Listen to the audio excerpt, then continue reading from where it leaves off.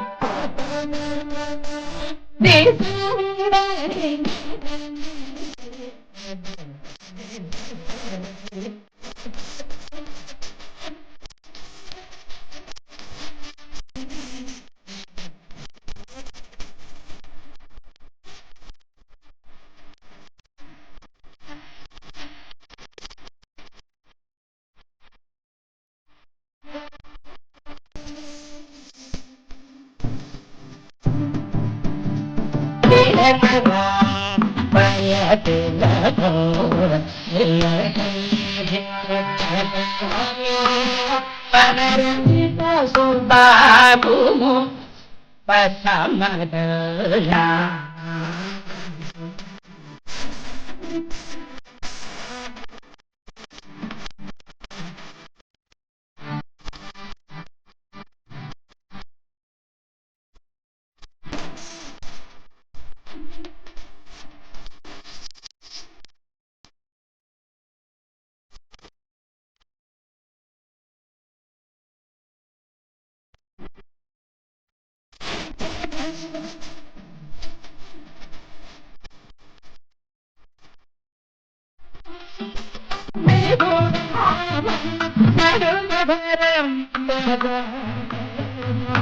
మానసాని నిసాని గమ నిసమాగరి గమ పరని సమానసాని నిసాని గమ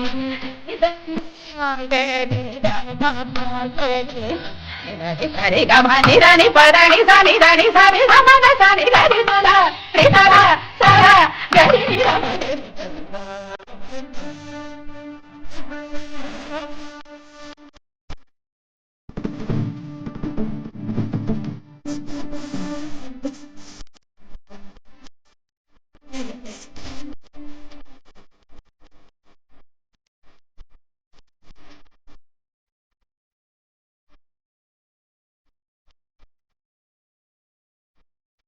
సహిత సీత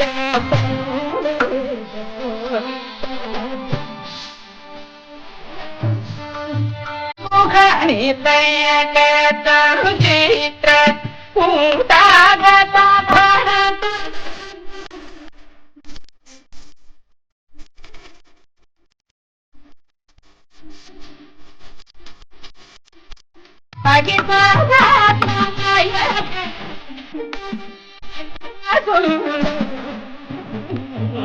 నిసదా పద మమ నిస నిస నిస పద పద నిస నిస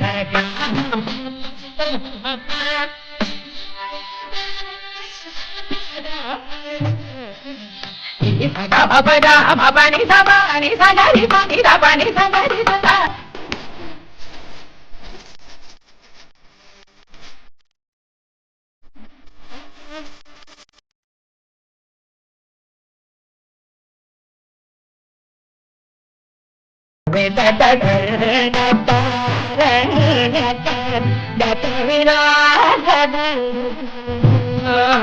సుచరిత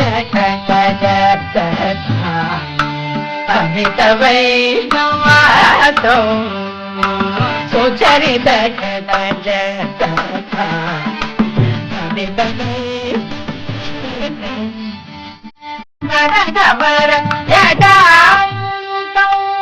పంచవటి విగిత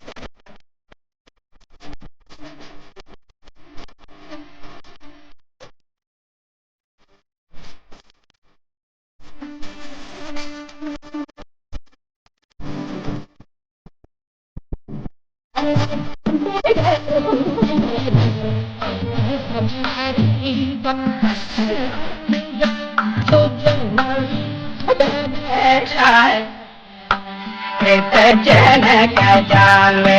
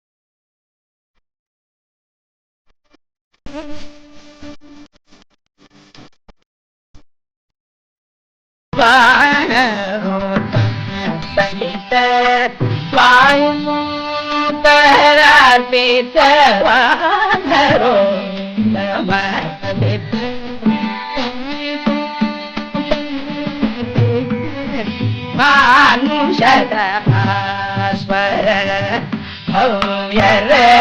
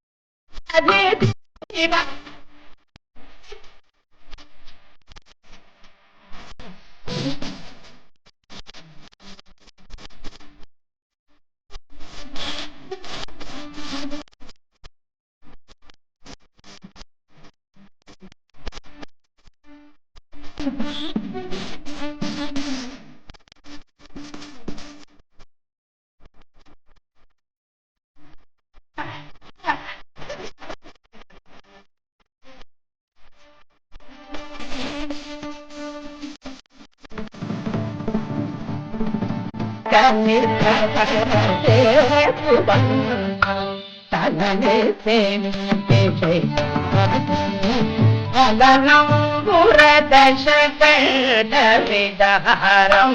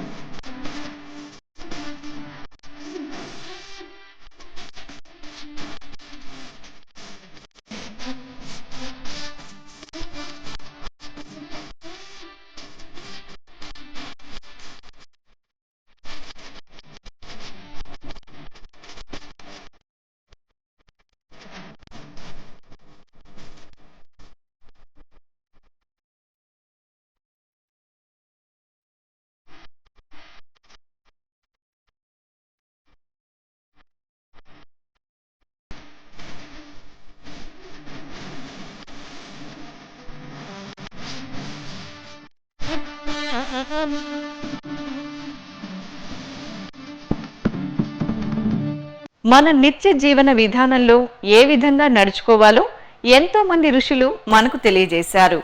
వాటిలో కొన్నింటిని ఈరోజు ఋషివాక్యం ద్వారా తెలుసుకుందాం.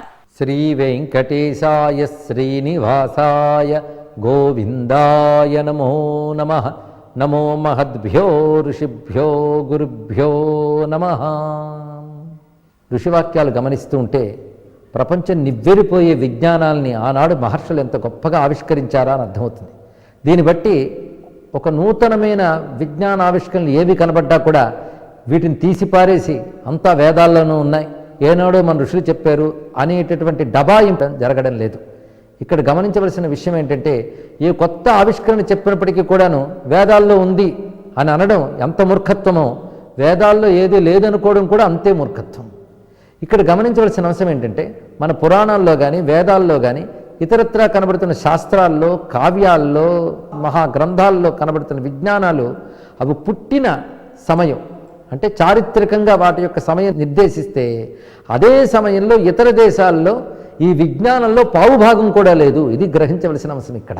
అద్భుతమైన విజ్ఞానాల గురించి భారతీయ మహర్షులు ఆనాడు చెప్పినవి ఆనాటికి ఇతర దేశాల్లో ఆ నాగరికత లేదు, ఆ జ్ఞానము లేదు. అంటే ఇతర దేశాలు జ్ఞాన విషయంలో కన్ను తెరవకముందే అద్భుతమైన విజ్ఞానాన్ని ఆవిష్కరించిన దేశం నాది. అటువంటి ఋషులు మన వాళ్ళు ఇచ్చిన సంస్కృతి ఇది తెలుసుకోవాలి. ఈ సంస్కృతికి ఈ దేశంలో అందరూ వారసులే. ఈ సంస్కృతి, ఈ మతం ఇది మనందరిది, ఇది తెలుసుకోవాలి. ఇతర మతాల వారు కూడా ఈ దేశ సంస్కృతులు కలిసి బ్రతుకుతారు, బ్రతకాలి. కానీ వారు కూడా ఈ దేశ సంస్కృతిని గౌరవించుతూ గర్వించాలి. ఈ దేశ సంస్కృతికి ఇక్కడ అది హిందూ మతము అనబడేటువంటి భారతీయ సంస్కృతిని గౌరవించినంత మాత్రాన వారేం తక్కువైపోరు. గంగానదిలో మునగడం, గంగ పవిత్రత అని భావించడం హిందువుకి స్వాభావికంగా విశ్వాసం కావచ్చు.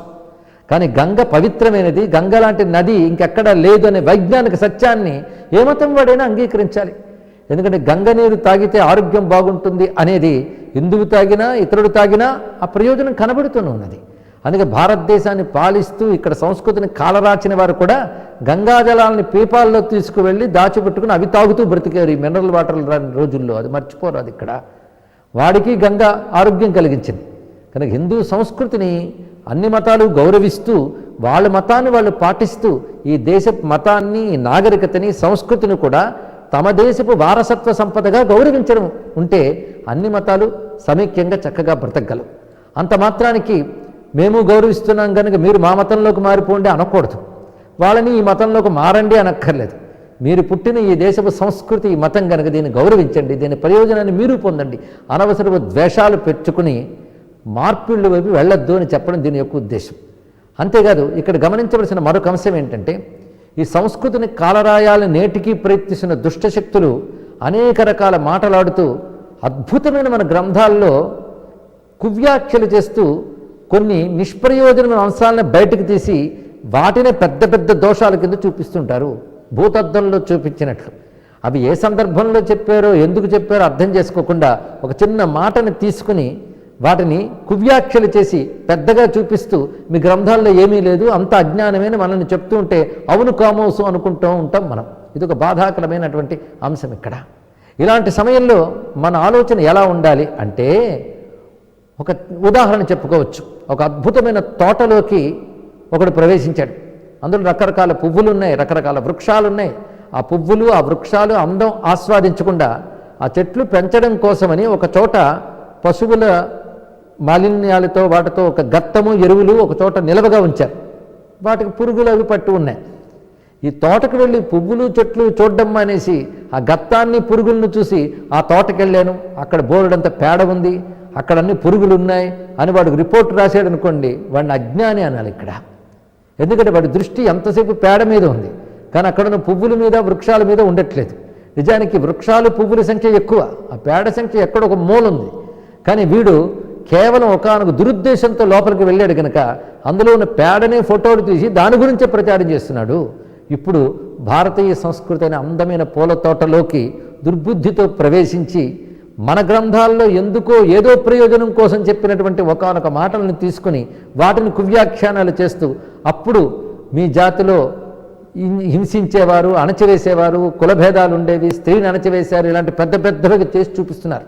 కానీ ఎత్తి చూపిస్తున్న వారి యొక్క సంస్కృతుల్లోని ఎక్కువ భేదాలు, హింస, అణచివేత చరిత్రలో కనబడుతున్నది. వాటిని చూపించట్లేదు. ఇది ఎలాంటిదంటే గురువింద గింజ తన కింది నలుపు ఎరగనట్లుగా వాళ్ళ దోషం వాళ్ళు తెలుసుకోకుండా మనలో లేని దోషాలను ఆరోపిస్తున్నారు. ఒకానొక ప్రయోజనం కోసం ఒకప్పుడున్న వ్యవస్థ తర్వాతి కాలంలో సవరించుకుంటాం, అది ఎలాగూ ఉంటుంది. కానీ ఇటువంటి సంకుచిత ధోరణి వల్ల ఏమవుతుందంటే మన సంస్కృతిలో ఉన్న అనేక అద్భుత అంశాలను మనం విస్మరిస్తున్నాం. ఎందుకంటే ఒక రామాయణం ముట్టుకుంటే అందులో ఎన్ని అద్భుతాలు కనబడతాయి. వాటిని సరిగ్గా పరిశీలించకుండా రాముడు సీతమ్మను అడుగు పంపించేశాడు, అనుమానించాడు, అగ్నిలో ప్రవేశింపజేశాడు. ఇవేవి నిజానికి రామాయణంలో సత్యాలు కావు. వీడు సరిగ్గా చదవలేదు. ఈ ఒక్కటెక్కడో వింటాడు, అది పట్టుకుని రామాయణాన్ని తోలునాడతాడు. దీన్ని బట్టి మొత్తం 24,000 శ్లోకాల మహాగ్రంథంలో ఉన్నటువంటి అత్యద్భుతమైన రత్నాలు లాంటి విషయాలు నేటి జాతికి అందనివ్వకుండా చేస్తున్నారు. అదేవిధంగా 1,00,000 శ్లోకాల మహాభారతంలో ఎన్నో అద్భుతమైన అంశాలు ఉంటూ ఉంటే ద్రౌపది 5 వివాహం చేసుకున్నది, ఇంకా అవే గోల. వాటికి ఎప్పుడో సమాధానాలు చెప్పారు పండితులు, కానీ వాటిని పట్టించుకోకుండా ఇంకా అక్కడక్కడ వీళ్ళు అర్థం చేసుకోలేని చిన్న చిన్న విషయాల్ని పెద్ద దోషాల కింద చూపిస్తూ నేటి సమాజానికి సులభంగా పనికొచ్చే అద్భుతమైన రత్నాల్ని ఎన్నింటో విడిచిపెడుతున్నారు. అంతేకాదు కాలగతిలో ఒకప్పటి కొన్ని విషయాలు కాలగతిలో క్షీణిస్తాయి, అప్పుడు వాటిని సహజంగా విడిచిపెట్టవచ్చు. అలాగా భారతీయ సంస్కృతిలో ఒక మహావృక్షం పెరుగుతున్నప్పుడు దానిలో ఒక్కొక్కప్పుడు డెడ్ స్కిన్ లాగా నారలు కొన్ని బయటకు వచ్చేస్తాయి. ఆ నార తీసి పారిస్తే వృక్షం చక్కగానే ఉంటుంది. అందుకని ఆ నార బయటకు వచ్చిందని చెప్పి వృక్షాన్ని ఎవడు నరికేడు. అదేవిధంగా భారతీయ సంస్కృతిలో ప్రాచీన కాలంలో కొన్ని విషయాలు ఈనాటి కాలం అన్వయించనివి ఈ సంస్కృతి ఎప్పుడో వదులుకుంది. అది కూడా శాస్త్రాల్లో గొప్ప మాట చెప్పారు. ఒకప్పటి ధర్మం తర్వాతి కాలానికి క్రూరంగా కనబడితే దాన్ని విడిచిపెట్టవచ్చు అని కూడా హిందూ ధర్మంలో చెప్పబడింది. అందుకే తమని తాము సంస్కరించుకుంటూ వస్తున్నటువంటి హిందూ ధర్మం యొక్క గొప్పతనాన్ని మనం గ్రహిస్తే ఋషివాక్యాలన్నీ అన్ని కాలాలకి పనికొస్తాయి. అటువంటి శాశ్వత సనాతన ధర్మానికి నమస్కరిస్తూ స్వస్తి. పరమాత్మ స్వరూపమైన కాలంలో ఒక్కో మాసానికి ఒక్కో విశిష్టత ఉంది. మనం కార్తీక మాసంలో ఉన్నాం కనుక కార్తీక మాస వైశిష్ట్యాన్ని కొంత తెలుసుకుందాం. ధాత్రీ ఫలం భానువారి పరదేశాగమం తథా తీర్థం వినా సదైవేహ వర్జయేత్ కార్తీక వ్రతి. కార్తీక మాసంలో కార్తీక వ్రతం అనేటువంటిది స్వీకరించినటువంటి వారు విశేషంగా చేయదగినటువంటి ఒక క్రియను గురించి స్కంద పురాణంలో ఇలా చెప్తున్నారన్నమాట. మనకు కార్తీక మాసంలో విడిచిపెట్టదగినటువంటి ఆహార విశేషాలు చాలా ఉన్నాయి. అందులో ఆదివారం నాడు విడిచిపెట్టదగినటువంటి విశేషం ఏమిటంటే ధాత్రీ ఫల సేవనం అని. ధాత్రీ ఫలం అంటే ఉసిరి ఫలం అన్నమాట. ఉసిరి ఫలాన్ని మనం ఆదివారం నాడు విడిచిపెట్టాలి. ఉసిరి ఫలాన్ని తినకూడదు. అంటే ఉసిరి ఫలం అంటే ఉసిరికాయని తినడం మాత్రమే కాదు, ఉసిరికాయతో చేసినటువంటి ఏ పదార్థాలని కూడా మనం ఆహారంలో వినియోగించుకోకూడదు. ఆదివారం పూర్తిగా ఉసిరికను విడిచిపెట్టాలి, అందులో కార్తీక మాసంలో వచ్చేటువంటి ఆదివారాల్లో. అలాగే రెండవ విషయం పరదేశాగమం తథా. ఏదో ఒక ఊరికి వెళ్ళి ఆ ఊరి నుంచి ఆదివారం ఇంటికి చేరుకోవడం అనేటువంటిది. కార్తీక మాస వ్రతంలో మనం ఉన్నాం, ఆదివారం నాడు పొరుగురు నుంచి ఇంటికి చేరటం అనేటువంటిది అది యోగ్యమైన పని కాదు అని చెప్తున్నారు. ఎవరైతే ఈ విధంగా తెలుసుకుని తీర్థసేవనం చేయాలట. తీర్థసేవనం అంటే మంచి పవిత్రమైనటువంటి క్షేత్రం, ఏదైనా పవిత్ర క్షేత్రాలను చూసుకొని అక్కడికి వెళ్ళి వాటిని దర్శించుకుని రావడం అనేటువంటిది ఆదివారం నాడు చేయదగినటువంటి కృత్యాల్లో ఒకటి. ఈ 3 కృత్యాలని ఎవరైతే చేస్తారో కార్తీక వ్రతులు, వాళ్ళ యొక్క వ్రత సాఫల్యం ఈ 3 వల్లనే కూడా జరుగుతుంది అని చెప్తున్నారన్నమాట. కాబట్టి అంత గొప్ప విశేషాలు ఈ 3 కూడాను. వీటిని మనం కార్తీక వ్రతులు కావాలి అనుకుంటే తెలుసుకోవాలి. ఈరోజు తిథి వార నక్షత్రాల విషయాలను తెలుసుకుందాం. ఈరోజు నవంబర్ 12వ తేదీ చాంద్రమాన హేమలంబినామ సంవత్సర దక్షిణాయన శరదృతువులో కార్తీక మాసంలో కృష్ణపక్షంలో నవమి తిథి మఖా నక్షత్రం ఆదివారం. ఇక్కడ కొన్ని విశేషాలు ఉన్నాయి మనకి. ఆదివారం కనుక కార్తీక మాసంలో మనం చేయదగినటువంటి శివారాధన అనేటువంటిది చేయవచ్చు. కార్తీక మాస స్నానం అనేటువంటిది భానువాసరం నాడు చేస్తే మాసం యావత్తు కూడా స్నానం చేసినటువంటి ఫలితం వస్తుంది. అంటే స్నానం అంటే సూర్యోదయం తర్వాత పొద్దెక్కిన తర్వాత చేసే స్నానాలు కాదు. ప్రాతకాలంలో అతి పుణ్యవంతమైనటువంటి జలస్థానాలను చేరుకుని, అది ఒక నది కావచ్చు, ఒక కాలువ కావచ్చు, లేదా ఒక చెరువు కావచ్చు, ఒక తటాకం కావచ్చు, ఒక సెలయేటి ఝరికి దగ్గరలో ఉండేటువంటి కోనేరు కావచ్చు. ఇలాగా మనం దివ్యమైనటువంటి స్నాన జలస్థానాలు ఏవైతే ఉన్నాయో ఆ జలస్థానాలకు వెళ్ళి, యోగ్యమైనటువంటి జలస్థానాలు, అందరూ జనులు విడిచిపెట్టినటువంటి లోతైనటువంటి ప్రదేశాలకి మనం వెళ్ళకుండా భక్తి పురస్సరంగా మనం కనుక ఆ స్నానఘట్టాల్లో స్నానం ఆచరించినట్లయితే అది చాలా చక్కటి ఫలితాన్ని ఇస్తుంది. అందులో ఈ ఆదివారం నాడు మనం ఆచరించేటువంటి స్నానం అనంత పుణ్య ఫలదాయకం అని చెప్తున్నారు. ఇది మనం తెలుసుకోదగినటువంటి విశేషం. సకల శుభకరుడు మంగళకరుడు ఆ పరమేశ్వరుడు. ఈ ఉదయం సాంబ సదాశివ స్తోత్రాన్ని తిలకిద్దాం. సదా ఆ పరమేశ్వరుని అనుగ్రహం మనకు కలగాలని వేడుకుందాం.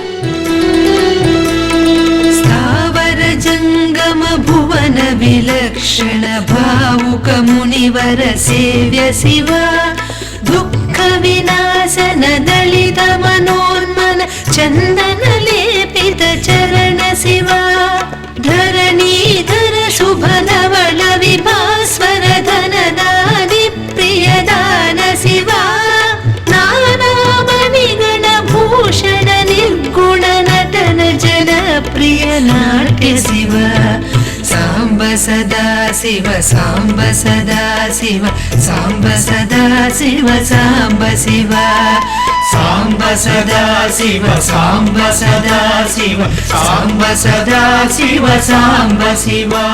ఈనాటి శుభోదయం కార్యక్రమం మిమ్మల్ని ఎంతగానో అలరించిందని ఆశిస్తూ రేపటి శుభోదయం కార్యక్రమంలో కలుసుకుందాం.